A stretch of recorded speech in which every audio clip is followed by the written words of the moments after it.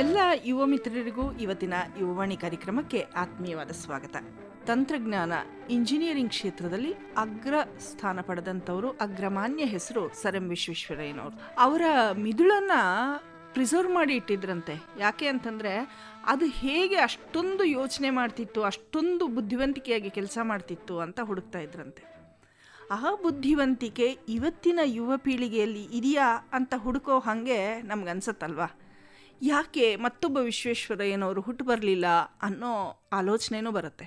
ಅವತ್ತಿಗೆ ಒಬ್ಬ ವಿಶ್ವೇಶ್ವರಯ್ಯನವರಿದ್ದರೆ ಇವತ್ತಿನ ಯುವ ಪೀಳಿಗೆಯಲ್ಲಿ 10 ಜನ ವಿಶ್ವೇಶ್ವರಯ್ಯನವ್ರನ್ನ ಕಾಣ್ತಾ ಹೋಗ್ತೀವಿ. ಅವರು ಹಾಕುವ ಹೆಜ್ಜೆಗೆ ಬೇಕಾದಂಥ ಹಿನ್ನೆಲೆ, ಸ್ಫೂರ್ತಿ, ಹಾಗೇನೇ ಬೆನ್ನು ತಟ್ಟಿ ಮುಂದೆ ಹೋಗು ಅಂತ ಹೇಳುವಂಥ ಅಟ್ಮಾಸ್ಫಿಯರ್ ಬೇಕಾಗತ್ತೆ ಇವತ್ತಿನ ಕಾಲಕ್ಕೆ ಅಂತ ಹೇಳಬಹುದು. ಆ ರೀತಿ ಒಂದು ಉತ್ತೇಜಿತ ಅಂಶಗಳು ಸಿಕ್ಕಿದಾಗ ಹೇಗೆಲ್ಲ ಯುವ ಪೀಳಿಗೆನವ್ರು ಮುಂದುವರಿತಾರೆ ಅನ್ನೋದಕ್ಕೆ ಸಾಕ್ಷಿಯಾಗಿ ಇವತ್ತಿನ ದಿವಸ ನಮ್ಮ ಜೊತೆಗಿರೋದು ಅನಿರುದ್ಧ್ ಅವರು.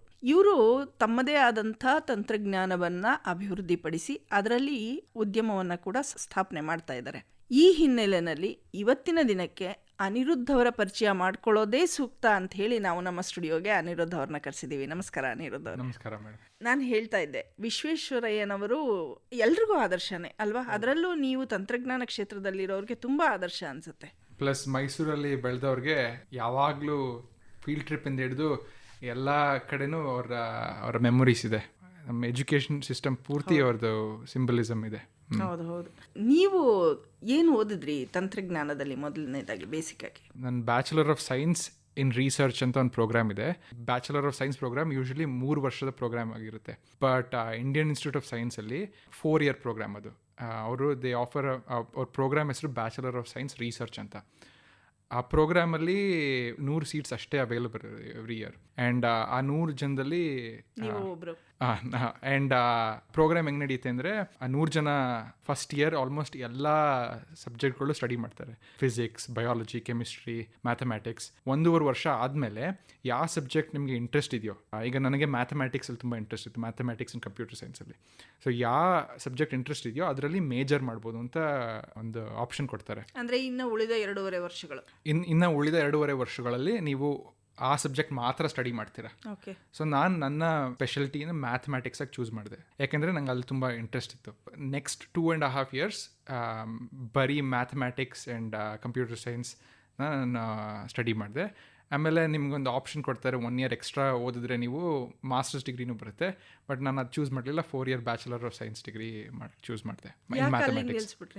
ಅದು 2020 ನಾನು ಗ್ರಾಜುಯೇಟ್ ಆಗಿದ್ದು. ಆ್ಯಂಡ್ 2020 ಕರೆಕ್ಟಾಗಿ ಕೋವಿಡ್ ಹೊಡಿತು. ಆವಾಗ ಫುಲ್ ಆನ್ಲೈನ್ ಪ್ರೋಗ್ರಾಮ್ ಆಗಿರೋದು ನನ್ನ ಮಾಸ್ಟರ್ಸ್ ಚೂಸ್ ಮಾಡಿದರೆ. ಆ ಟೈಮಲ್ಲಿ ಅನ್ಸರ್ಟನಿಟಿಲಿ ನಾನು ಅಷ್ಟೊಂದು ವ್ಯಾಲ್ಯೂ ಬರುತ್ತೆ ಅಂತ ಅಂದ್ಕೊಳ್ಳಿಲ್ಲ.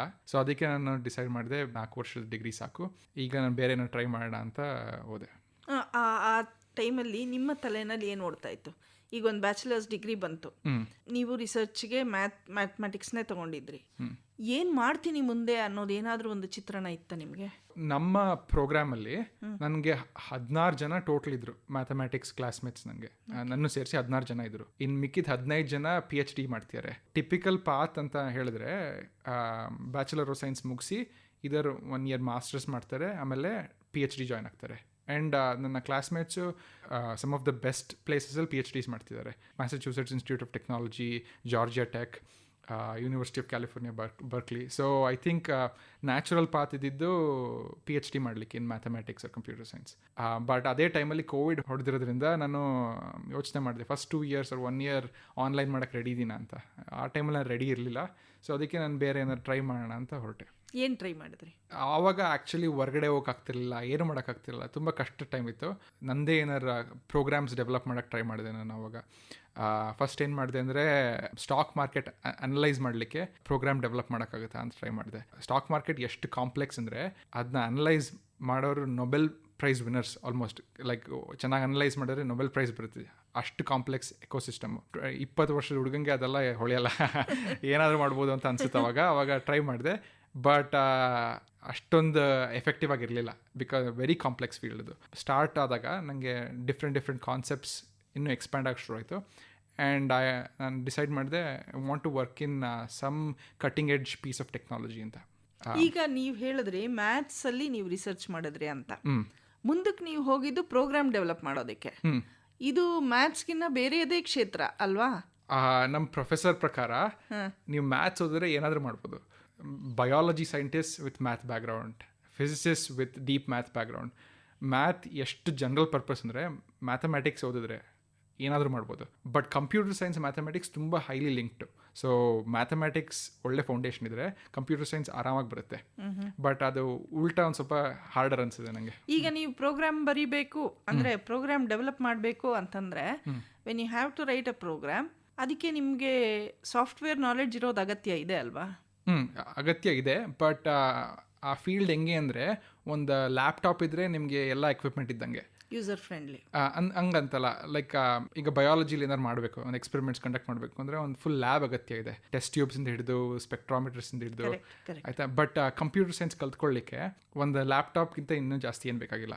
ಸೊ ಒಂದು ಸ್ವಲ್ಪ ಒಳ್ಳೆ ಫೌಂಡೇಶನ್ ಇದ್ದರೆ, ಒಂದು ಸ್ವಲ್ಪ ಯೋಚನೆ ಮಾಡೋಕ್ಕೆ ಗೊತ್ತಿದ್ರೆ, ಎಲ್ಲ ರಿಸೋರ್ಸಸ್ ಲ್ಯಾಪ್ಟಾಪಲ್ಲೇ ಇದೆ, ಅವೈಲಬಲ್ ಇದೆ. ಸೊ ಬೇಗ ಕಲ್ತ್ಬಿಡ್ಬೋದು, ಆರಾಮಾಗಿ ಕಲ್ತ್ಬಿಡ್ಬೋದು. ಅಲ್ಲ, ಇಲ್ಲಿ ಈ ಮಾತು ಹೇಳುವಾಗ ನಾನು ಬಹುಶಃ ಕಂಪ್ಯೂಟರ್ ಸೈನ್ಸ್ ಸ್ಟೂಡೆಂಟ್ಸ್ನ ಅಫೆಂಡ್ ಮಾಡ್ತೀನೇನೋ ಗೊತ್ತಿಲ್ಲ, ಆದರೆ ನೀವು ಹೇಳೋ ಮಾತನ್ನ ಅನ್ವಯ ಮಾಡ್ಕೊಳ್ತಾ ಹೋದಾಗ ಸುಮಾರಷ್ಟು ಜನ ಹೇಳೋದು ಹಾರ್ಡ್ ಕೋರ್ ಇಂಜಿನಿಯರಿಂಗ್ ಓದಬೇಕು ಅಂತ, ಅದಾದ್ಮೇಲೆ ಸಾಫ್ಟ್ವೇರು ತನಗೆ ಅರ್ಥ ಆಗ್ತಾ ಹೋಗುತ್ತೆ ಅಂತ. ಇದು ನೀವು ಹೇಳ್ತಿರೋದ್ರ ಅರ್ಥ ಅಂತ ಹೇಳ್ಬೋದಾ? ನನ್ನ ಪ್ರಕಾರ ಏನು ಅಂದರೆ, ಹಾರ್ಡ್ ಕೋರ್ ಸೈನ್ಸ್ ಓದಿದ್ರೆ ಆ ಸೈನ್ಸ್ಗಿಂತ ನಿಮಗೆ ಯೋಚನೆ ಮಾಡೋದು ಹೆಂಗೆ ಅಂತ ಒಂದು ಅನಾಲಿಟಿಕಲ್ ಅಬಿಲಿಟಿ ಬಂದ್ಬಿಡುತ್ತೆ. ಪ್ರಾಬ್ಲಮ್ಸ್ನ ಹೆಂಗೆ ಅರ್ಥ ಮಾಡ್ಕೊಳ್ಳೋದು, ಪ್ರಾಬ್ಲಮ್ಸ್ನ ಹೆಂಗೆ ಸಾಲ್ವ್ ಮಾಡೋದು, ಆ ಅಬಿಲಿಟಿ ಬಂದ್ಬಿಡುತ್ತೆ. ಹೆಂಗೆ ಯೋಚನೆ ಮಾಡೋದು ಅಂತ ಒಂದು ಅರ್ಥ ಬಂದ್ಬಿಡುತ್ತೆ. ಅದು ಬಂದ್ಬಿಟ್ರೆ ಏನಾದರೂ ಮಾಡ್ಬೋದು. ಸೊ ಅದು ಅದರಲ್ಲಿ ಮ್ಯಾಥಮ್ಯಾಟಿಕ್ಸ್ ಓದಿದ್ರಂತೂ 2.5 years 3 years ಜಸ್ಟ್ ಹೆಂಗೆ ಯೋಚನೆ ಮಾಡೋದು ಅಂತ ಯೋಚನೆ ಮಾಡ್ತಿರ್ತೀರ ನೀವು. ಆ ಅಬಿಲಿಟಿ ಬಂದ್ಬಿಟ್ರೆ ಆಲ್ಮೋಸ್ಟ್ ಯಾವ ಫೀಲ್ಡ್ ಆದರೂ ಟ್ರೈ ಮಾಡ್ಬೋದು. ಓಕೆ, ಈಗ ನೀವು ಮ್ಯಾಥ್ಸಲ್ಲಿ ರಿಸರ್ಚ್ ಮಾಡಿದ್ರಿ, ಅದಾದಮೇಲೆ ಸ್ಟಾಕ್ ಆ್ಯಂಡ್ ಶೇರ್ಸ್ ಇದರಲ್ಲಿ ಒಂದಿಷ್ಟು ಏನಾದರೂ ಒಂದು ಮಾಡುವಂಥ ಪ್ರಯತ್ನ ಮಾಡಿದ್ರಿ. ಜಸ್ಟ್ ಅನಲೈಸ್ ಮಾಡಿದ್ರಲ್ಲ ಅಷ್ಟೇ. ಓಕೆ ಓಕೆ, ಏನೋ ಟ್ರೈ ಮಾಡಲಿಲ್ಲ. Just as a mathematical model ಇದನ್ನ ಪ್ರೆಡಿಕ್ಟ್ ಮಾಡ್ಬೋದಾ, ಅನಲೈಸ್ ಮಾಡ್ಬೋದಾ, ಅರ್ಥ ಮಾಡ್ಕೋಬೋದಾ ಅಂತ ಅಷ್ಟೇ ನೋಡಿದ್ದು ನಾನು. ವೆನ್ ಇಟ್ ವಾಸ್ ಕ್ಲಿಯರ್, ಆರಾಮಾಗಿ ಅರ್ಥ ಮಾಡ್ಕೊಳಕ್ಕಾಗಲ್ಲ, ಬಿಕಾಸ್ ಅಷ್ಟು ಅಮೌಂಟ್ ಆಫ್ ರಿಸರ್ಚ್ ನಡೀತಿದೆ ಇದ್ರ ಬಗ್ಗೆ. ಕಟಿಂಗ್ ಎಡ್ಜ್ ಟೆಕ್ನಾಲಜಿ ಮೇಲೆ ವರ್ಕ್ ಮಾಡ್ಬೋದು ಅಂತ ಟ್ರೈ ಮಾಡಿದೆ. 2020-2021 ಪ್ರೈವಸಿ ಬೇಸ್ಡ್ ಟೆಕ್ನಾಲಜಿ ಮೇಲೆ ತುಂಬ ಫೋಕಸ್ ಇತ್ತು. ಬಿಕಾಸ್ ಆಲ್ಮೋಸ್ಟ್ 2024 ಈಗ ಆಲ್ಮೋಸ್ಟ್ ಈ ಯಾವುದೇ ಸೆಕ್ಟರ್ನ ಡಿಜಿಟಲ್ ಟ್ರಾನ್ಸ್ಫಾರ್ಮೇಷನ್ ಮಾಡೋಕ್ಕೆ ಟ್ರೈ ಮಾಡ್ತಿದ್ದೀವೋ ಆಲ್ಮೋಸ್ಟ್ ಎಲ್ಲ ಡಿಜಿಟಲಿ ಟ್ರಾನ್ಸ್ಫಾರ್ಮ್ ಆಗಿಬಿಟ್ಟಿದೆ. ಗ್ರೋಸರೀಸ್ ಆರ್ಡರ್ ಮಾಡೋದ್ರಿಂದ ಹಿಡಿದು ಕಮ್ಯುನಿಕೇಷನ್ ಹಿಡಿದು ಆಲ್ಮೋಸ್ಟ್ ಎಲ್ಲನೂ ಡಿಜಿಟಲಿ ಟ್ರಾನ್ಸ್ಫಾರ್ಮ್ ಆಗಿದೆ. ಈಗ ನನ್ನ ಪ್ರಕಾರ ನೆಕ್ಸ್ಟ್ ಸ್ಟೇಜ್ ಏನು ಅಂದರೆ, ಈ ಡಿಜಿಟಲ್ ಟ್ರಾನ್ಸ್ಫಾರ್ಮೇಷನ್ ವೈಲ್ ಪ್ರಿಸರ್ವಿಂಗ್ ಪ್ರೈವಸಿನ ಪ್ರಿಸರ್ವ್ ಮಾಡೋ ಥರ ಹೆಂಗೆ ಟ್ರಾನ್ಸ್ಫಾರ್ಮ್ ಮಾಡೋದು ಸೆಕ್ಟರ್ಸ್ನ, ಅದು I think need of the hour ಇದೆ.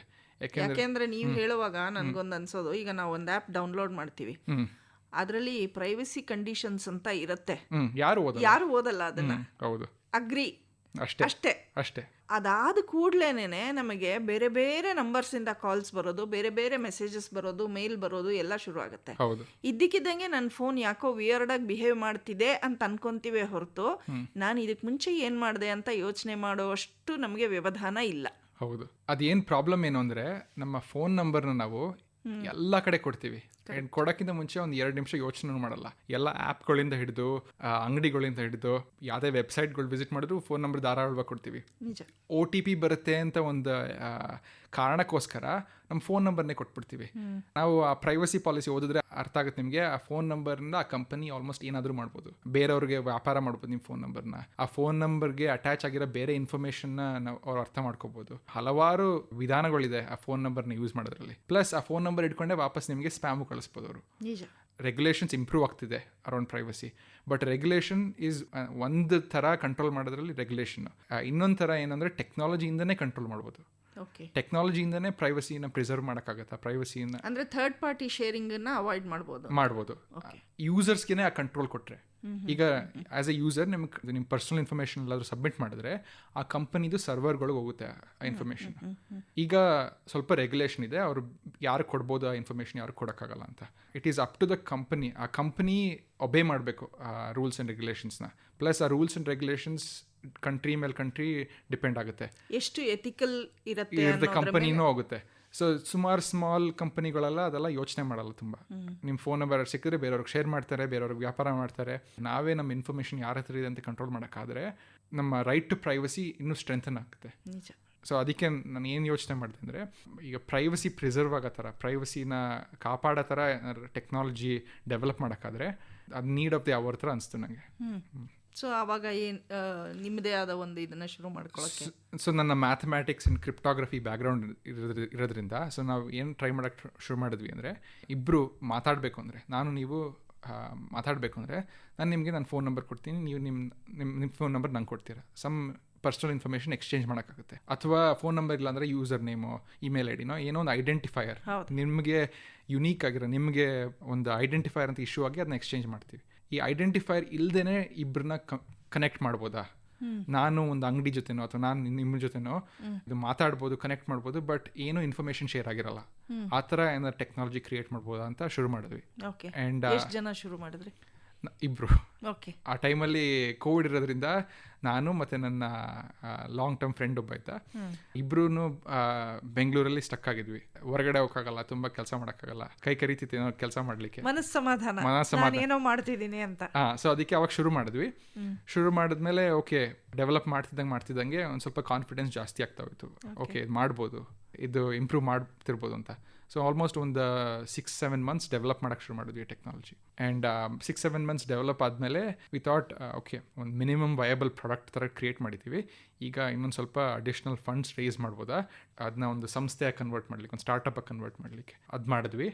ಸ್ಟಾರ್ಟಪ್ ಶುರು ಮಾಡಿದ್ವಿ ಯಾವಾಗ? September August of 2023 last year ಅದನ್ನ ಒಂದು ಸ್ಟಾರ್ಟಪ್ ಕನ್ವರ್ಟ್ ಮಾಡಿದ್ವಿ. ಈಗ ಒಂದು 10 ತಿಂಗಳಾಗಿದೆ ಶುರುವಾಗಿ, ಆಲ್ಮೋಸ್ಟ್ 1 ವರ್ಷ ಆಗ್ತಾ ಬಂತು. ನೆಕ್ಸ್ಟ್ ಸ್ಟೆಪ್ ಈಗ ಟೆಕ್ನಾಲಜಿ ಕ್ರಿಯೇಟ್ ಮಾಡೋದಲ್ಲ, ಆ ಟೆಕ್ನಾಲಜಿನ ಹೆಂಗೆ ಮಾರ್ಕೆಟ್ ಮಾಡೋದು, ಟೆಕ್ನಾಲಜಿನ ಹೆಂಗೆ ಜನಕ್ಕೆ ಅರ್ಥ ಮಾಡಿಸೋದು, ಅದು ನಮಗೀಗ ಚಾಲೆಂಜ್. ಈಗ ನಿಮ್ಮ ಆ್ಯಪ್ ಬಗ್ಗೆ ಹೇಗದು ಕೆಲಸ ಮಾಡುತ್ತೆ, ಅದನ್ನು ನಾನು ಡೌನ್ಲೋಡ್ ಮಾಡಿದ್ರೆ ನಾನು ಏನೇನೆಲ್ಲ ಅದರಿಂದ ಪಡ್ಕೊಳ್ಬಹುದು, ಅದ್ರ ಬಗ್ಗೆ ಒಂದಿಷ್ಟು ಮಾಹಿತಿ ಕೊಡಿ. ಓಕೆ, ನಮ್ಮ ಆ್ಯಪ್ ಹೆಸರು ಪೋರ್ಟ್ ಅಂತ. ಏನು ಮಾಡ್ಬೋದು ಅಂದರೆ, ಈಗ ನೀವು ಯಾರ ಜೊತೆ ಆದರೂ ಮಾತಾಡಬೇಕು ಅಂದರೆ ನಿಮ್ಮ ಫೋನ್ ನಂಬರ್ನ ನೀವು ಶೇರ್ ಮಾಡಬೇಕಾಗುತ್ತೆ. ನಮ್ಮ ಆ್ಯಪಲ್ಲಿ ನೀವು ಯಾರ ಜೊತೆ ಆದರೂ ಮಾತಾಡ್ಬೋದು, ಬಟ್ ನಿಮ್ಮ ಫೋನ್ ನಂಬರ್ ಅಥವಾ ಏನೇ ಕಾಂಟ್ಯಾಕ್ಟ್ ಇನ್ಫೋ ಕೊಡೋದು ಬೇಕಾಗಲ್ಲ. ಈಗ ನಾವಿಬ್ಬರು ಈಗ ಇವತ್ತು ಮಾತಾಡಬೇಕು ಅಂದರೆ ನಾನು ನಿಮಗೆ ನನ್ನ ಫೋನ್ ನಂಬರ್ ಕೊಡಬೇಕಾಗುತ್ತೆ, ನಿಮ್ಮ ಫೋನ್ ನಂಬರ್ ನಂಗೆ ಕೊಡಬೇಕಾಗುತ್ತೆ. ನಿಮ್ಮ ಫೋನ್ ನಂಬರ್ ಕೊಟ್ಟಿರೋದ್ರಿಂದ ನಂಗೆ ಗೊತ್ತು ನೀವು ಯಾರು, ನಾನು ಯಾರು ಅಂತ ನಿಮ್ಗೆ ಗೊತ್ತು. ಇದನ್ನ ನಾವು ಅಥೆಂಟಿಕೇಷನ್ ಅಂತ ಕರಿತೀವಿ, ಯಾರ ಜೊತೆ ಮಾತಾಡ್ತಿದ್ದೀವಿ ಅಂತ ವೆರಿಫಿಕೇಷನ್ಗೆ. ಇದನ್ನ ನಾವು ನಂಬರ್ ಇಲ್ಲದೆ ಹೆಂಗೆ ಅಚೀವ್ ಮಾಡ್ಬೋದು ಅಂತ ನಾವು ನಮ್ಮ ಟೆಕ್ನಾಲಜಿ. ಸೊ ಈಗ ನಮ್ಮ ಆ್ಯಪ್ನಲ್ಲಿ ಇಬ್ಬರು ಯಾರಾದರೂ ಕನೆಕ್ಟ್ ಆಗ್ಬೋದು, ಒಬ್ರೊಬ್ರಿಗೆ ಯಾರ್ಯಾರು ಅಂತ ಗೊತ್ತಿರುತ್ತೆ, ಬಟ್ ಏನು ಕಾಂಟ್ಯಾಕ್ಟ್ ಇನ್ಫೋ ಶೇರ್ ಆಗಿರಲ್ಲ. ಈ ಥರ ಏನಾಗುತ್ತೆ ಅಂದರೆ ಸ್ಪ್ಯಾಮ್ ಕಾಲ್ಗಳು, ಸ್ಪ್ಯಾಮ್ ಮೆಸೇಜ್ ಬರೋದು ಇಂಪಾಸಿಬಲ್ ಆಗಿಬಿಡುತ್ತೆ. ಎರಡನೇದು ಏನು ಅಂದರೆ, ನಿಮ್ಮ ಫೋನ್ ನಂಬರ್ ಯಾರಾದ್ರು ಕೊಟ್ಟರೆ ಅವ್ರು ಇನ್ಯಾರಿಗಾದ್ರೂ ಎಷ್ಟಾದರೂ ಕೊಡ್ಬೋದು, ಎಷ್ಟು ಜನಕ್ಕಾದ್ರೂ ಕೊಡ್ಬೋದು ಫೋನ್ ನಂಬರ್, ಫುಲ್ ಅವಾಯ್ಡ್ ಆಗಿಬಿಡುತ್ತೆ. ಅಂದರೆ ಇದು basically contactless app, but connections ಮಾಡ್ಬೋದು. ಕಾಂಟ್ಯಾಕ್ಟ್ ಇನ್ಫೋ ಯೂಸ್ ಮಾಡ್ದೇ ಹೆಂಗೆ ಕನೆಕ್ಷನ್ಸ್ ಮಾಡ್ಬೋದು ಅಂತ. ಅಂದರೆ ಈ ಆ್ಯಪ್ ಮೂಲಕ ನಾನು ಏನಿದ್ರು ಯಾರ್ದಾದ್ರೂ ಜೊತೆ ಒಂದು ಸಂವಹನ ನಡೆಸ್ಕೊಳ್ಬಹುದು, ಕಮ್ಯುನಿಕೇಶನ್ ಮಾಡ್ಕೊಳ್ಬಹುದು ಅಷ್ಟೇನೆ. ಹೌದು, ನಥಿಂಗ್ ರಿಲೇಟೆಡ್ ಟು ಮಾರ್ಕೆಟಿಂಗ್. ಈಗ ಸದ್ಯಕ್ಕೆ ನಾವು ಸಪೋರ್ಟ್ ಮಾಡೋದು ಆಲ್ ಸಾರ್ಟ್ಸ್ ಆಫ್ ಕಮ್ಯುನಿಕೇಶನ್. ನೀವು ವಾಟ್ಸಪ್ಪಲ್ಲಿ ಏನೇನು ಮಾಡ್ಬೋದು ನಮ್ಮ ಆ್ಯಪಲ್ಲಿ ಮಾಡ್ಬೋದು. ಓಕೆ, ಬಟ್ ನಿಮ್ಮ ಕಾಂಟ್ಯಾಕ್ಟ್ ಇನ್ಫೋ ಎಲ್ಲೂ ಎಕ್ಸ್ಪೋಸ್ ಆಗಲ್ಲ, ನಿಮ್ಮ ಪ್ರೈವಸಿ ಎಲ್ಲೂ ಎಕ್ಸ್ಪೋಸ್ ಆಗಲ್ಲ. ಓಕೆ, ಬಟ್ ನಾವು ಪ್ಲ್ಯಾನ್ಸ್ ಏನಿರೋದು ಅಂದರೆ ಮುಂದೆ ಬೇರೆ ಬಿಸ್ನೆಸಸ್ ಜೊತೆ ಮಾತಾಡೋದು, ಬೇರೆ ಅಂಗಡಿಗಳ ಜೊತೆ ಕನೆಕ್ಟ್ ಆಗೋದು, ಎಲ್ಲನೂ ನಿಮ್ಮ ಕಾಂಟ್ಯಾಕ್ಟ್ ಇನ್ಫೋ ಎಕ್ಸ್ಪೋಸ್ ಆಗದಿದ್ದಂಗೆ ಮಾಡೋ ಥರ ನಾವು ಟ್ರೈ ಮಾಡ್ತಿದ್ದೀವಿ. ಇತ್ತೀಚೆಗೆ ನಾವು ಒಂದು ಹೆಸರು ತುಂಬ ಕೇಳ್ತಾ ಬಂದ್ವಿ, ರಷ್ಯನ್ ಇವ್ರ ಬಗ್ಗೆ, ರಷ್ಯನ್ ಜುಕನ್ಬರ್ಗ್ ಅಂತ, ಟೆಲಿಗ್ರಾಮ್ದು. ಅಲ್ಲೂ ಕೂಡ ಯಾವುದೇ ರೀತಿ ಎಕ್ಸ್ಪೋಸ್ ಆಗ್ತಿಲ್ಲ ಅಂತ ಹೇಳಿ ಇತ್ತು. ಇಲ್ಲ, ಸೊ ಆ್ಯಪ್ ಡೌನ್ಲೋಡ್ ಮಾಡಿದ ತಕ್ಷಣ ನಿಮ್ಮ ಫೋನ್ ನಂಬರ್ ಕೊಡಬೇಕಾಗುತ್ತೆ. ಓಕೆ, ಆ್ಯಂಡ್ ನೆಕ್ಸ್ಟ್ ಯಾರ ಜೊತೆ ಕನೆಕ್ಟ್ ಮಾಡಬೇಕು ಅಂದರೆ ನಿಮ್ಮ ಯೂಸರ್ ನೇಮ್ ಕೊಡಬೇಕಾಗುತ್ತೆ. ಸೊ ಕಾಂಟ್ಯಾಕ್ಟ್ ಇನ್ಫೋ ಎಕ್ಸ್ಪೋಸ್ ಆಗ್ತಾ ಇದೆ. ಅಲ್ಲಿ ಪ್ರಾಬ್ಲಮ್ ಏನು ಅಂದರೆ, ಅವರು ಈ ಅದೇ ಥರ ಗಾರ್ಡ್ ರೈಲ್ಸ್ ಇಂಪ್ಲಿಮೆಂಟ್ ಮಾಡಿರಲಿಲ್ಲ. ಏನಾದರೂ ಮಾಡ್ಬೋದಾಗಿ ಚೆನ್ನಾಗಿ ಆ್ಯಪ್ ಇಟ್ಕೊಂಡು. ಅದೇನು ಗಾರ್ಡ್ ರೈಲ್ಸ್ ಇಂಪ್ಲಿಮೆಂಟ್ ಮಾಡದೆ ಹೋದರೆ ತಪ್ಪು ಸಾರ್ಟ್ ಆಫ್ ಆಕ್ಟಿವಿಟಿ ನಡೆಯುತ್ತೆ ಆ್ಯಪಲ್ಲಿ. ಈಗ ನಿಮ್ಮ ಆ್ಯಪ್ ಮೂಲಕ ನಾನು ಚಾಟಿಂಗ್ ಮಾಡ್ಬೋದು, ಏನಾದರೂ ಮಾಡ್ಬೋದು, ಚಾಟಿಂಗ್ ಮಾಡ್ಬೋದು, ಕಾಲಿಂಗ್ ಮಾಡ್ಬೋದು. ಆದರೆ ನನ್ನ ನಂಬರು ಇನ್ನೊಬ್ಬ ವ್ಯಕ್ತಿ ಜೊತೆ ಶೇರ್ ಆಗಲ್ಲ, ನಂದು ಯಾವುದೇ ಮಾಹಿತಿನೂ ಶೇರ್ ಆಗಲ್ಲ. ನನ್ನದೇ ಆದ ಸ್ವಯಂ ಆಗಿ ನಾನು ಇನ್ನೊಂದು ವ್ಯಕ್ತಿಗೆ ಹೇಳಬೇಕು ಅಂದ್ರೆ ಹೇಳಬಹುದು. ಹೌದು. ಈಗ ನಾವು ಹಳೆ ಕಾಲದಲ್ಲಿ ಮೀಟ್ ಆದ್ರೆ ನಾನು ನಿಮ್ಮ ಹೆಸರೇನು ಅಂತ ಕೇಳ್ತೀನಿ, ನೀವು ನನ್ನ ಹೆಸರೇನು ಅಂತ ಕೇಳ್ತೀರಾ. ನಮ್ಮ ಕನೆಕ್ಷನ್ ಇರೋದು ನನಗೆ ನಿಮ್ಮ ಹೆಸರು ಗೊತ್ತು, ನಿಮ್ಗೆ ನನ್ನ ಹೆಸರು ಗೊತ್ತು. ಅದೇ ಸೇಮು ಡಿಜಿಟಲ್ ಕನೆಕ್ಷನ್ ಮಾಡೋಕ್ಕಾಗತ್ತಾ? ಓಕೆ ಆಯಿತಾ. ಈಗ ಇಬ್ಬರು ಮಧ್ಯೆ ಕನೆಕ್ಷನ್ ಆಗಬೇಕು ಅಂದರೆ ನನ್ನ ಫೋನ್ ನಂಬರ್ ಹಿಡಿದು ಅದ್ರ ಜೊತೆ ಅಟ್ಯಾಚ್ ಆಗಿರೋ ಇನ್ಫಾರ್ಮೇಷನ್ ಎಲ್ಲ ಹೋಗುತ್ತೆ. ಅದು ಆಗದೇ ನಾವು ಹಳೆ ಕಾಲದಲ್ಲಿ ಹೆಂಗೆ ಕನೆಕ್ಟ್ ಆಗ್ತಿದ್ವೋ ಆ ಥರ ಕನೆಕ್ಟ್ ಆಗ್ಬೋದಾ ಅಂತ ಟ್ರೈ ಮಾಡ್ತಿದ್ವಿ. ಅಂದರೆ ತಾಂತ್ರಿಕತೆ ಅಭಿವೃದ್ಧಿ ಆಗ್ತಾ ಆಗ್ತಾ ಎಲ್ಲೋ ಒಂದು ಕಡೆ ಮನುಷ್ಯ ತನ್ನನ್ನು ತಾನೇ ಒಡ್ಕೊಂಡು ಬಿಡ್ತಿದ್ದಾನೆ, ಪೂರ್ತಿ ತನ್ನ ವ್ಯಕ್ತಿಗತ ಮಾಹಿತಿಯನ್ನೆಲ್ಲ ಪ್ರಪಂಚಕ್ಕೆ ಹರಿದು ಬಿಡ್ತಿದ್ದಾನೆ ಅಂತ ಅನ್ಕೊಳ್ಳೋ ಕಾಲದಲ್ಲಿ ನೀವು ನಮ್ಮನ್ನ ಹಿಂದೆ ಕರ್ಕೊಂಡು ಹೋಗ್ತಿದ್ದೀರಾ. ಬರೀ ವ್ಯಕ್ತಿ ಮುಖ್ಯ ಹೊರತಾಗಿ ವ್ಯಕ್ತಿಯ ವಿಷಯಗಳು, ವ್ಯಕ್ತಿಯ ವೈಯಕ್ತಿಕ ಮಾಹಿತಿ ಮುಖ್ಯ ಅಲ್ಲ ಅಂತ. ಹೌದು. ಅಂದರೆ ಏನಕ್ಕೆ ನಮ್ಮ ಮೋಟಿವೇಶನ್ ಏನು ಅಂದರೆ, ಈಗ ಆ ಇನ್ಫಾರ್ಮೇಷನ್ನ ಯಾರಾದರೂ ಅಬ್ಯೂಸ್ ಮಾಡಬೇಕು ಅಂದರೆ ಒಂದು ಲೆವೆಲ್ಗೆ ಅಬ್ಯೂಸ್ ಮಾಡ್ಬೋದು. ಬಟ್ ಈಗ ಆರ್ಟಿಫಿಷಿಯಲ್ ಇಂಟೆಲಿಜೆನ್ಸ್ ಡೆವಲಪ್ ಆಗ್ತಿದ್ದಂಗೆ ಎಷ್ಟು ಅಬ್ಯೂಸ್ ಮಾಡೋಕ್ಕಾಗುತ್ತೆ, ತುಂಬ ಜಾಸ್ತಿ ಆಗ್ತಾ ಹೋಗುತ್ತೆ. ಈಗ ನಿಮ್ಗೆ ಯಾರಾದರೂ ಸ್ಪ್ಯಾಮ್ ಕಾಲ್ ಬಂದರೆ ಆ್ಯಕ್ಚುಯಲ್ ವ್ಯಕ್ತಿ ಇರ್ತಾರೆ ಆ ಕಡೆ ಸ್ಪ್ಯಾಮ್ ಕಾಲ್ ಮಾಡೋರು. ಸೊ ಅದಕ್ಕೆ ಅಷ್ಟೊಂದು ಸ್ಪ್ಯಾಮ್ ಕಾಲ್ಸ್, ಈವನ್ ಜಾಸ್ತಿ ಸ್ಪ್ಯಾಮ್ ಕಾಲ್ಸ್ ಈಗ ಬರ್ತಿದ್ರು ಅಷ್ಟೊಂದು ಅನ್ಸಲ್ಲ. ಬಟ್ ಈಗ ಇನ್ನೊಂದು ಕಡೆ ಒಂದು ಆರ್ಟಿಫಿಷಿಯಲ್ ಇಂಟೆಲಿಜೆನ್ಸ್ ನಿಮ್ಗೆ ಸ್ಪ್ಯಾಮ್ ಕಾಲ್ ಮಾಡ್ತಿದ್ರೆ ಆ್ಯಂಡ್ ಎವ್ರಿ ಕನ್ಸ್ಯೂಮರ್ ಹಿಂದೆ 300 ಆರ್ಟಿಫಿಷಿಯಲ್ ಇಂಟೆಲಿಜೆನ್ಸ್ ಕಾನ್ಸ್ಟೆಂಟ್ಲಿ ಸ್ಪ್ಯಾಮ್ ಕಾಲ್ ಮಾಡ್ತಿದ್ರೆ ನಿಮ್ಗೆ ಅವಾಗ ಅನಿಸುತ್ತೆ ನನ್ನ ಫೋನ್ ನಂಬರ್ ಯಾಕೆ ಕೊಡ್ತೀನೋ ಇವ್ರಿಗೆ ಅಂತ. ಸೊ ನಾವು ಈಗಿನ ವರ್ಲ್ಡ್ಗೆ ಬಿಲ್ಡ್ ಮಾಡ್ತಿಲ್ಲ, 6 months 1 year ಮುಂದೆ ಬರ ಪ್ರಪಂಚಕ್ಕೆ ಒಂದು ಸ್ವಲ್ಪ ಮುಂದೆ ಆಲೋಚನೆ ಮಾಡಿದ್ವಿ. ಯಾಕೆಂದ್ರೆ ಹೌದು, ನಿಜವಾಗ್ಲೂ ಈ ಆರ್ಟಿಫಿಷಿಯಲ್ ಇಂಟೆಲಿಜೆನ್ಸ್ ಇದೆಯಲ್ಲ, it is going to take over the world ಅನ್ನೋದನ್ನ ನಾವು ಕೇಳ್ತೀವಿ. ಅದಕ್ಕೆ ನಮ್ಮ ಪ್ರಿಪ್ರೇಷನ್ ಏನಿದೆ ಅಂತ ನಾವು ಯೋಚನೆ ಮಾಡುವಾಗ ಎಷ್ಟು ಬ್ಲ್ಯಾಂಕ್ ಆಗ್ಬಿಡ್ತೀವಲ್ವಾ. ಏನಾಗತ್ತೆ ನೋಡೋಣ, ಆಗ ಬಂದಾಗ ನೋಡೋಣ ಅನ್ನೋದಕ್ಕಿಂತ ಈ ಮುಂದಾಲೋಚನೆ ತುಂಬಾ ಅಗತ್ಯ. ಹೌದು. ನಾವು ಯಾರು ಅಂತ ಇವತ್ತು ಒಂದು ಆರ್ಟಿಫಿಷಿಯಲ್ ಇಂಟೆಲಿಜೆನ್ಸ್ ಕೇಳಿದ್ರೆ ಅದಕ್ಕೆ ನಾವು ಮಾಡಿರೋ ಡಿಜಿಟಲ್ ಆ್ಯಕ್ಟಿವಿಟಿ ಎಲ್ಲ ಕೊಟ್ಟರೆ ಅದು ನಮ್ಮ ಬಗ್ಗೆ ಒಂದು ಒಳ್ಳೆ ಪಿಕ್ಚರ್ ಡೆವಲಪ್ ಮಾಡ್ಕೊಂಡ್ಬಿಡುತ್ತೆ. ಆ ಪಿಕ್ಚರ್ ಇಟ್ಕೊಂಡು ಅದನ್ನು ನಮಗೆ ಹೆಂಗೆ ಮ್ಯಾನಿಪುಲೇಟ್ ಮಾಡುತ್ತೆ ಅಂತ ಹೇಳಕ್ಕೆ ಬರಲ್ಲ. ಸೊ ಅದಕ್ಕೆ ನಾವು ಪ್ರೈವಸಿನ ಆದಷ್ಟು ಪ್ರಿಸರ್ವ್ ಮಾಡೋಕ್ಕೆ ಟ್ರೈ ಮಾಡಬೇಕು. ಈಗ ನೀವು ಆಲ್ಮೋಸ್ಟ್ ಒಂದು 3 ವರ್ಷಗಳ ಕಾಲ ತಾಂತ್ರಿಕತೆಯನ್ನು ಅಭಿವೃದ್ಧಿಪಡಿಸೋದಕ್ಕೆ ಸಮಯ ತಗೊಂಡಿದ್ದೀರಾ ಅಲ್ವಾ? ಈ 3 ವರ್ಷಗಳಲ್ಲಿ ನೀವು ನಿಮ್ಮ ಕಾಲ ಮೇಲೆ ನಿಂತ್ಕೊಳ್ಳೋಕ್ಕೆ ಏನು ಮಾಡ್ತಿದ್ರಿ? ಯಾಕೆಂದರೆ ಇಷ್ಟು ಸಮಯ ಕೊಡೋ ಅಷ್ಟು ವ್ಯವಧಾನ ಬೇರೆ ಯುವ ಪೀಳಿಗೆಯವ್ರಿಗೂ ಇರಬೇಕಾಗತ್ತೆ. ಏನಾದರೂ ಒಂದು ಶುರು ಮಾಡ್ತೀನಿ ಅಂದಾಗ ಹಾಗಂತಂದು ಮನೇಲಿರೋರು ಏನೂ ಮಾಡ್ದಿರಾ ಕೂತಿದ್ಯಾ ಅಂತಷ್ಟೇ ಅಂತಾರೆ ಹೊರತು ಏನೋ ಮಾಡ್ತಿದ್ದಾರೆ ಅಂತ ಯೋಚನೆ ಮಾಡೋದಕ್ಕೆ ಅಥವಾ ಬೆನ್ನ ಹಿಂದೆ ನಿಂತು ಸಪೋರ್ಟ್ ಮಾಡೋದಕ್ಕೆ ತಯಾರಾಗಿರ್ಬೇಕಲ್ಲ. ಹೌದು. ಒಂದು ಈ ಲಾಸ್ಟ್ ಇಯರ್ ಬಿಟ್ಟರೆ ಅದಕ್ಕಿಂತ ಮುಂಚೆ ಸ್ಯಾಲ್ರಿ ತೊಗೊಳಕ್ಕಾಗ್ತಿರಲಿಲ್ಲ ಈ ಟೆಕ್ನಾಲಜಿಯಿಂದ. ಸೊ ಆ ಟೈಮಲ್ಲಿ ನಾವು ಆ ಕಡೆ ಈ ಕಡೆ ಸ್ಮಾಲ್ ಪ್ರಾಜೆಕ್ಟ್ಸ್ ಮಾಡೋದು, ಫ್ರೀಲ್ಯಾನ್ಸಿಂಗ್ ಮಾಡೋದು, ಪ್ಲಸ್ ಅಷ್ಟೊಂದು ಎಕ್ಸ್ಪೆನ್ಸಸ್ ಇರಲಿಲ್ಲ 2021 ಬಿಕಾಸ್ 2021 ಮನೇಲೇ ಇದ್ವಿ ಎಲ್ಲರೂ. ಸೊ ರೆಂಟ್ ಪೇ ಮಾಡೋದಿಲ್ಲ, ಊಟ ಯೋಚನೆ ಇಲ್ಲ ಎಲ್ಲ. ಸೊ ಅಷ್ಟೊಂದು ಎಕ್ಸ್ಪೆನ್ಸಸ್ ಇರಲಿಲ್ಲ. ಸೊ ಅದರಿಂದ ಅಷ್ಟೊಂದು ಕಷ್ಟ ಅನಿಸ್ಲಿಲ್ಲ. ಈ ದಿಕ್ಕಿನಲ್ಲಿ ಹೋಗ್ತಿದ್ಯಾ, ಏನು ಮಾಡ್ತಿದ್ಯಾ ಅಂತ ಮನೆಯವ್ರು ಕೇಳಲಿಲ್ವಾ? ಮಧ್ಯೆ ಕೇಳೋರು. ಐ ಥಿಂಕ್ ಒಂದು ಒಳ್ಳೆ ಯೂನಿವರ್ಸಿಟಿ ಸೇರಿಕೊಂಡ್ರೆ ಅಥವಾ ಒಂದು ಒಳ್ಳೆ ಡಿಗ್ರಿ ಇದ್ದರೆ ಕನ್ಸರ್ನ್ಗಳು ಒಂದು ಸ್ವಲ್ಪ ಕಮ್ಮಿ ಇರುತ್ತೆ. ಐ ಥಿಂಕ್ ಅವ್ರಿಗೆ ಗೊತ್ತಿತ್ತು ವರ್ಸ್ಟ್ ಕೇಸ್ ಸಿನಾರಿಯೋ ಇದು, ಎಲ್ಲೂ ಹೋಗ್ಲಿಲ್ಲ ಅಂದರೆ ಕೆಲಸ ತಗೋಬೋದು. ಬಿಕಾಸ್ ಹೇಗಿದ್ರು ಕಣ್ಮುಂದೆ ಇದ್ದಾನೆ ಮಗ, ದೇಶ ಬಿಟ್ಟಂತೂ ಹೋಗಿಲ್ಲ. ಪ್ಲಸ್ ಯೂನಿವರ್ಸಿಟಿ ಆದ ತಕ್ಷಣ ಸುಮಾರು ಆಫರ್ಗಳು ಇತ್ತು. ಸೊ ಐ ಥಿಂಕ್ ಆ ಡಿಗ್ರಿಗೇನೆ ವ್ಯಾಲ್ಯೂ ಇತ್ತು. ಸೊ ಅದರಿಂದ ಅಷ್ಟೊಂದು ಯೋಚನೆ ಇರಲಿಲ್ಲ ಅವ್ರಿಗೆ. ಹೌದು, ನೀವು ಆ ಡಿಗ್ರಿ ಅಂತ ಹೇಳ್ಬೇಕಾದ್ರೆ ನನಗಾಗಲೇ ಆ ಪ್ರಶ್ನೆ ಹೊಳಿತು.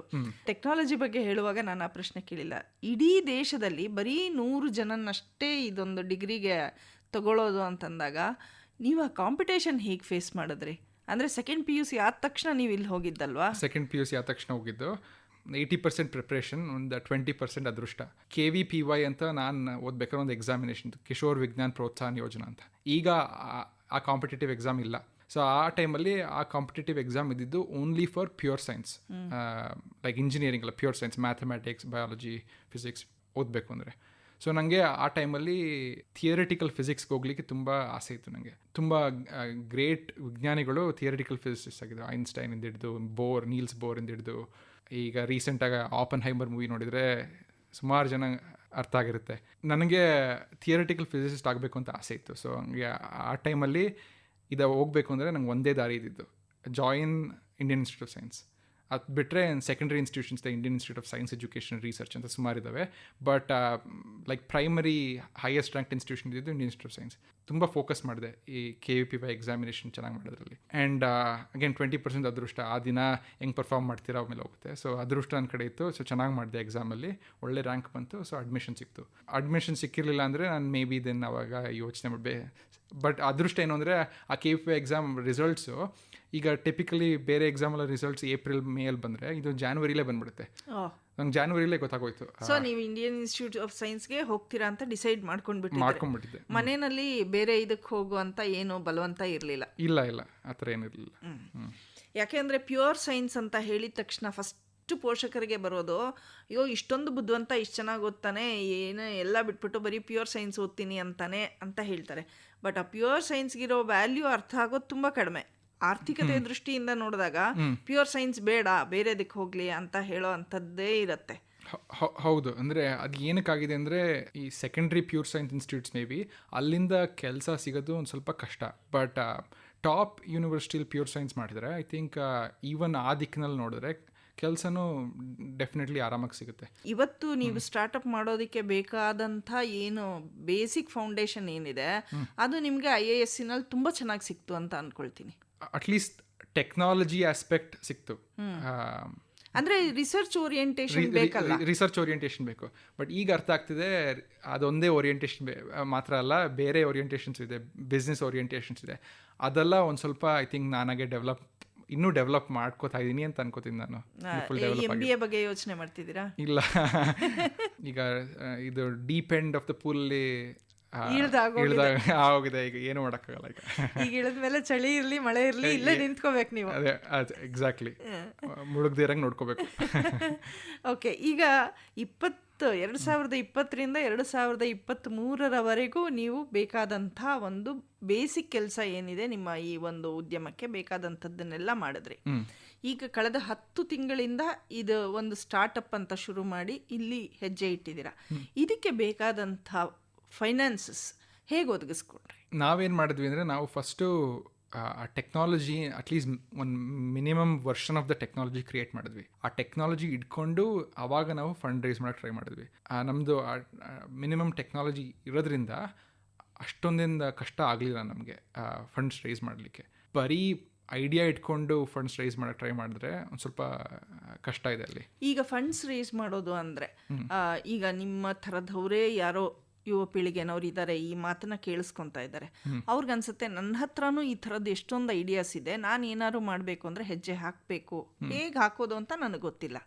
ಸೊ ನಿಮ್ಮ ಮಾತುಗಳಿಂದ ಅವ್ರಿಗೆ ಒಂದು ಮಾರ್ಗದರ್ಶನ ಸಿಗಬಹುದೇನೋ. ಅಂದರೆ ಫಂಡ್ ರೈಸಿಂಗ್ ಅಂದರೆ ಏನೋ, ಹೇಗೆ ಅಪ್ರೋಚ್ ಮಾಡ್ತೀರಾ, ಏನು ಮಾಡ್ತೀರಾ? ಓಕೆ, ಈಗ ಅಟ್ಲೀಸ್ಟ್ ಇಂಡಿಯಾಲಿ ಇನ್ವೆಸ್ಟ್ಮೆಂಟ್ ಕ್ಲೈಮೇಟ್ ಹೆಂಗಿದೆ ಅಂದರೆ ರಿಸ್ಕ್ ಅಷ್ಟೊಂದು ತೊಗೊಳಕ್ಕೆ ರೆಡಿ ಇಲ್ಲ ಈ ವೆಂಚರ್ ಕ್ಯಾಪಿಟಲ್ ಫರ್ಮ್ಸ್ ಎಲ್ಲ. ಬಟ್ ಅದ್ರ ಜೊತೆಗೆ ತುಂಬ ಗೌರ್ಮೆಂಟ್ ಗ್ರ್ಯಾಂಟ್ಸ್ ಇದೆ, ಪ್ಲಸ್ ತುಂಬ ಸಪೋರ್ಟ್ ಪ್ರೋಗ್ರಾಮ್ಸ್ ಎಲ್ಲ ಇದೆ. ಸೊ ಇನ್ನೂ ಐಡಿಯಾ ಸ್ಟೇಜಲ್ಲಿದ್ದರೆ ಸುಮಾರು ಇನ್ಕ್ಯುಬೇಟರ್ ಪ್ರೋಗ್ರಾಮ್ಸ್ ಅಂತಿದೆ. ಸ್ವಲ್ಪ ಹಣ ಕೊಡ್ತಾರೆ, ಪ್ಲಸ್ ಆಫೀಸ್ ಕೊಡ್ತಾರೆ, ಫೆಸಿಲಿಟೀಸ್ ಒಂದು ಸ್ವಲ್ಪ ಕೊಡ್ತಾರೆ. ನನ್ನ ಫೀಲ್ಡ್ ಕಂಪ್ಯೂಟರ್ ಸೈನ್ಸ್ ಆಗಿರೋದ್ರಿಂದ ಅಷ್ಟೊಂದೇನು ಇನಿಷಿಯಲ್ ಇನ್ವೆಸ್ಟ್ಮೆಂಟ್ ಬೇಕಾಗಿರಲಿಲ್ಲ. ಬಿಕಾಸ್ ಕಂಪ್ಯೂಟರ್ ಇದ್ರೆ ಸಾಕು. Almost other deep tech startups ಅಂತಾರಲ್ಲ, ತುಂಬ ಸೈನ್ಸ್ ಇನ್ವಾಲ್ವ್ ಆಗಿರೋ ಸ್ಟಾರ್ಟಪ್ಸ್, ಒಂದು ಸ್ವಲ್ಪ ಜಾಸ್ತಿ ಫೆಸಿಲಿಟೀಸ್ ಬೇಕಾಗುತ್ತೆ. ಸೊ ನಮ್ಮ ಯೂನಿವರ್ಸಿಟಿಲಿ ಇಂಡಿಯನ್ ಇನ್ಸ್ಟಿಟ್ಯೂಟ್ ಆಫ್ ಸೈನ್ಸಲ್ಲೇ ಸುಮಾರು ಇನ್ಕ್ಯುಬೇಷನ್ ಪ್ರೋಗ್ರಾಮ್ಸ್ ಇದೆ. ಅದ್ರ ಜೊತೆಗೆ ಬೇರೆ ಕಡೆ ಸುಮಾರು ಯೂನಿವರ್ಸಿಟೀಸಲ್ಲಿ ತುಂಬ ಇನ್ಕ್ಯುಬೇಷನ್ ಪ್ರೋಗ್ರಾಮ್ಸ್ ಇದೆ. ಸೊ ಟಿಪಿಕಲಿ ಜನ ಏನು ಮಾಡ್ತಾರೆ ಅಂದರೆ, ನಂತರವ್ರು ಏನು ಮಾಡ್ತಾರೆ ಅಂದರೆ, ಈ ಒನ್ ಆಫ್ ದಿ ಇನ್ಕ್ಯುಬೇಷನ್ ಪ್ರೋಗ್ರಾಮ್ಸಲ್ಲಿ ಆದಷ್ಟು ಈ ಮಿನಿಮಮ್ ವಯಬಲ್ ಟೆಕ್ನಾಲಜಿ ಕ್ರಿಯೇಟ್ ಮಾಡ್ತಾರೆ. ಆ ಟೆಕ್ನಾಲಜಿ ಒಂದು ಸ್ವಲ್ಪ ಮೆಚ್ಯೂರ್ ಆದಮೇಲೆ ದೆನ್ ಔಟ್ಸೈಡ್ ಇನ್ವೆಸ್ಟ್ಮೆಂಟ್ಗೆ ಹುಡುಕಕ್ಕೆ ಶುರು ಮಾಡ್ತಾರೆ.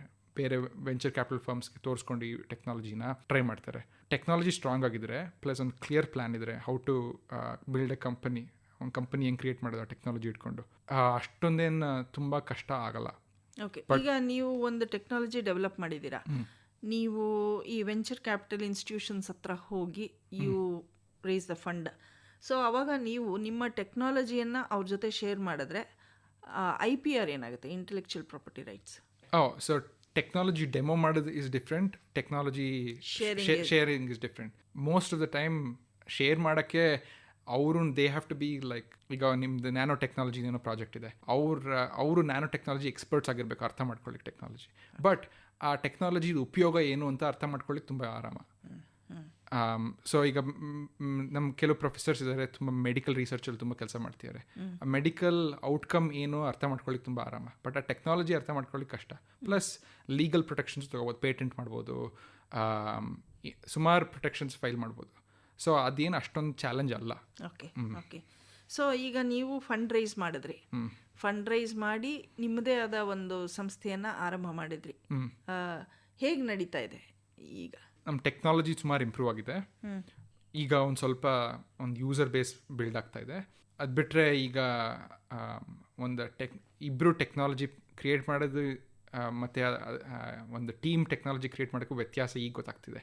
ಈಗ ಒಂದು ಫುಲ್ ಟೀಮ್ ಇದೆ, ಮಾರ್ಕೆಟಿಂಗ್ ಹಿಡಿದು ಟೆಕ್ನಾಲಜಿ ಡೆವಲಪ್ ಮಾಡೋದ್ರಿಂದ ಹಿಡಿದು ಅದನ್ನ ಡಿಸೈನ್ಸ್ ಎಲ್ಲ ಹೆಂಗೆ ಕನ್ವೆ ಮಾಡೋದು, ಕಮ್ಯುನಿಕೇಷನ್ ಹೆಂಗೆ ಮಾಡೋದು ಇಂದ ಹಿಡಿದು ಎಲ್ಲದಕ್ಕೂ ಒಂದು ಟೀಮ್ ಇದೆ ಈಗ. ಸೊ ಈಗ ಆ ಟೈಮಿಂದ ಹಿಡಿದು ಈಗಲಿಕ್ಕೂ ಇನ್ನೂ ಒಂದು ಸ್ವಲ್ಪ ಆರಾಮಾಗಿದೆ ಅಂತ ಅನಿಸುತ್ತೆ. ಯಾಕಂದರೆ ಸಪೋರ್ಟ್ ಸಿಸ್ಟಮ್ ಇದೆ. ಹೌದು, ಎಲ್ಲಾನು ಬ್ರಾಂಚಸ್ ಮಾಡ್ಕೊಂಡಿರೋದ್ರಿಂದ ಕರೆಕ್ಟ್ ಪೀಪಲ್ನ ರೆಕ್ರೂಟ್ ಮಾಡೋದು ಮತ್ತು ಆ ಟೀಮ್ ಬಿಲ್ಡ್ ಮಾಡೋದು ಇನ್ನೂ ಸ್ವಲ್ಪ ಚಾಲೆಂಜು. ಸೊ ನಮಗೆ ಒಂದು ಸ್ವಲ್ಪ ಟೈಮ್ ತೊಗೋತು ಆ ಟೀಮ್ ಬಿಲ್ಡ್ ಮಾಡಲಿಕ್ಕೆ. ಸುಮಾರು ಸತಿ ತಪ್ಪು ಮಾಡಿದ್ವಿ, ಸುಮಾರು ಸತಿ ಐಟ್ರೇಷನ್ ಮಾಡಬೇಕಾಗಿತ್ತು. ಬಟ್ ಈಗ ಒಂದು ಸ್ಟೇಬಲ್ ಟೀಮ್ ಬಿಲ್ಡ್ ಮಾಡಿದ್ದೀವಿ, ಈಗ ಒಂದು ಸ್ವಲ್ಪ ಬೆಳೀತಾ ಇದೆ. ಎಲ್ಲೋ ಒಂದು ಕಡೆ ಯಾಕಪ್ಪ ಇದಕ್ಕೆ ಹೆಜ್ಜೆ ಹಾಕಿದೆ, ಬೇಕಿರಲಿಲ್ಲ ಅಂತ ಅನಿಸಿದ್ದೇನಾದ್ರು? ಅನಿಸ್ತಾನೆ ಇರ್ತದೆ. ಬಟ್ ಅದು ಡಬಲ್ ಎಡ್ಜ್ ಸ್ವರ್ಡ್ ಅಂತಂತಾರಲ್ಲ, ಕೆಲವು ಕಡೆ ತುಂಬ ಸಂತೋಷನೂ ಬರುತ್ತೆ, ಕೆಲವು ಕಡೆ ತುಂಬ ಸ್ಟ್ರೆಸ್ಸು ಅನಿಸುತ್ತೆ. ಎಲ್ಲನೂ ಒಂಥರ ಕೋಪ್ ಮಾಡಬೇಕಾಗುತ್ತೆ. ಯಾವಾಗಾದರೂ ಒಂದ್ಸರಿ ಈಗ ನಾವು ಹೇಳ್ತೀವಿ ಯಾವುದೇ ಒಂದು ಆವಿಷ್ಕಾರ ಮಾಡಬೇಕಾದ್ರೆ ಯುರೇಕಾ ಮೊಮೆಂಟ್ ಒಂದಿರುತ್ತೆ ಅಂತ, ಆ ಥರ ಮೊಮೆಂಟ್ ಇದೆಯಾ? ಯುರೇಕಾ ಮೊಮೆಂಟ್ ನನ್ನ ಲೈಫಲ್ಲಿ ಅಟ್ಲೀಸ್ಟ್ ಫೀಲ್ ಆಗಿಲ್ಲ. ಸ್ಮಾಲ್ ಮೊಮೆಂಟ್ಸ್ ಆ್ಯಡ್ ಆಗ್ತಾ ಹೋಗ್ತವೆ. ಕೆಲವು ಕಡೆ ಸ್ಟ್ರೆಸ್ ಬಂದಾಗ ಮೈನಸ್ ಆಗ್ತಾ ಹೋಗುತ್ತೆ, ಕೆಲವು ಕಡೆ ಡೆವಲಪ್ಮೆಂಟ್ ಚೆನ್ನಾಗಾದಾಗ ಆ್ಯಡ್ ಆಗ್ತಾ ಹೋಗುತ್ತೆ. ಸೊ ಚಿಕ್ಕ ಮೊಮೆಂಟ್ಗಳು ಕಂಪೌಂಡ್ ಆಗ್ತಾ ಹೋಗ್ತವೆ. And that's what has happened. Aniruddh, ನನಗೆ ತುಂಬ ಅನ್ಸೋದೇನೆಂದರೆ, ಈಗ ನೀವು 2020 ಕೋವಿಡ್ ಪ್ಯಾಂಡಮಿಕ್ಸ್ ಸಿಚುಯೇಷನಲ್ಲಿ ಇದ್ರಿ. ಅವತ್ತು ನನಗೆ ಏನು ಮುಂದೆ ಹೆಜ್ಜೆ ಹಾಕೋದು ಅಂತ ಯೋಚನೆ ಮಾಡೋ ಹಂತದಿಂದ, ಮುಂದಕ್ಕೆ ದಾರಿ ಕಾಣಿಸಲ್ಲ ಅನ್ನೋ ಹಂತದಿಂದ ಹಿಡಿದು ಇವತ್ತು ನಿಮ್ಮದೇ ಆದ ಒಂದು ಸಂಸ್ಥೆಯನ್ನು ಸ್ಥಾಪನೆ ಮಾಡಿ, ಉದ್ಯಮವನ್ನು ಸ್ಥಾಪನೆ ಮಾಡಿ, 10 ಜನಕ್ಕೆ ಕೆಲಸನೂ ಕೊಟ್ಟು ಅದರ ಒಂದು ಒಡೆತನ ಇಟ್ಕೊಂಡು ನೀವು ಹೆಜ್ಜೆ ಹಾಕ್ತಿರುವಾಗ ಅವತ್ತಿಗೂ ಇವತ್ತಿಗೂ ಬದಲಾವಣೆಗಳು ಏನು ಕಾಣಿಸ್ತಾ ಹೋಗುತ್ತೆ? ಕಾಲೇಜಿಂದ ಹೊರಗಡೆ ಬಂದ ತಕ್ಷಣ ತುಂಬ ಆಪ್ಟಿಮಿಸಮ್ ಇರುತ್ತೆ, ಏನಾದರೂ ಮಾಡ್ಬೋದು ಥರ ಆಪ್ಟಿಮಿಸಮ್ ಇರುತ್ತೆ. ಅಟ್ಮಾಸ್ಫಿಯರ್ ಹಂಗೆ ಕ್ರಿಯೇಟ್ ಮಾಡಿಬಿಟ್ಟಿರುತ್ತೆ, ಕಾಲೇಜ್ ಅಟ್ಮಾಸ್ಫಿಯರ್ ಕ್ರಿಯೇಟ್ ಮಾಡಿಬಿಡುತ್ತೆ. ಒಳ್ಳೆ ಕಾಲೇಜ್ ಅಡ್ಮಿಷನ್ ಸಿಕ್ಕಿದ್ರೆ, ಪ್ಲಸ್ ನಮ್ಮ IISc ಕ್ಯಾಂಪಸ್ ತುಂಬ ಚೆನ್ನಾಗಿದೆ, professors high quality professors. So educational system ಅಷ್ಟು ಚೆನ್ನಾಗಿರೋದ್ರಿಂದ ಒಂದು ಸ್ವಲ್ಪ ಜಾಸ್ತಿ ಕಾನ್ಫಿಡೆನ್ಸ್ ಕೊಟ್ಬಿಡುತ್ತೆ, ಏನಾದರೂ ಮಾಡ್ಬೋದು ಅಂತ ಅನಿಸುತ್ತೆ. ಬಟ್ ಆಮೇಲೆ ರಿಯಾಲಿಟೀಸ್ ಹೊಡೆಯೋಕ್ಕೆ ಶುರು ಆಗುತ್ತೆ. ಐ ಥಿಂಕ್ ಈಗೇನಾಗಿದೆ ಅಂದರೆ ಒಂದು ಸ್ವಲ್ಪ ರಿಯಲಿಸಮ್ ಬಂದಿದೆ, ಪ್ರಾಗ್ಮ್ಯಾಟಿಸಮ್ ಬಂದಿದೆ. ಏನು ಮಾಡ್ಬೋದು, ಏನು ಮಾಡೋಕ್ಕಾಗಲ್ಲ, ಒಂದು ಸ್ವಲ್ಪ ಗ್ರೌಂಡೆಡ್ ಆಗಿದ್ದೀನಿ ಅಂತ ಅನ್ಕೋತೀನಿ. ಒಳ್ಳೆಯದು ಅನಿರುದ್ಧ್ ಅವರೇ, ಇದುವರೆಗೂ ನಮ್ಮ ಕಾರ್ಯಕ್ರಮದಲ್ಲಿ ಭಾಗವಹಿಸಿ ನಿಮ್ಮ ಉದ್ಯಮದ ಬಗ್ಗೆ ಪರಿಚಯ ಮಾಡಿಕೊಟ್ಟಿದ್ದು ಅಲ್ದಿರ, ನಿಮ್ಮ ಈ ಉದ್ಯಮದ ಹಾದಿಯ ಬಗ್ಗೆ ಸಾಕಷ್ಟು ಮಾಹಿತಿಯನ್ನು ಕೊಟ್ಟು ಮಾರ್ಗದರ್ಶಕರು ಆಗಿದ್ದೀರಾ. ನಿಮಗೆ ಬರುವ ದಿನಗಳು ಶುಭಮಯವಾಗಿರಲಿ ಅಂತ ಹಾರೈಸ್ತಾ ಇವತ್ತಿನ ಯುವವಾಣಿ ಕಾರ್ಯಕ್ರಮ ಮುಗಿಸ್ತಾ ಇದ್ದೀವಿ. ಭಾಗವಹಿಸಿದ ನಿಮಗೆ ಧನ್ಯವಾದ. ನಮಸ್ಕಾರ.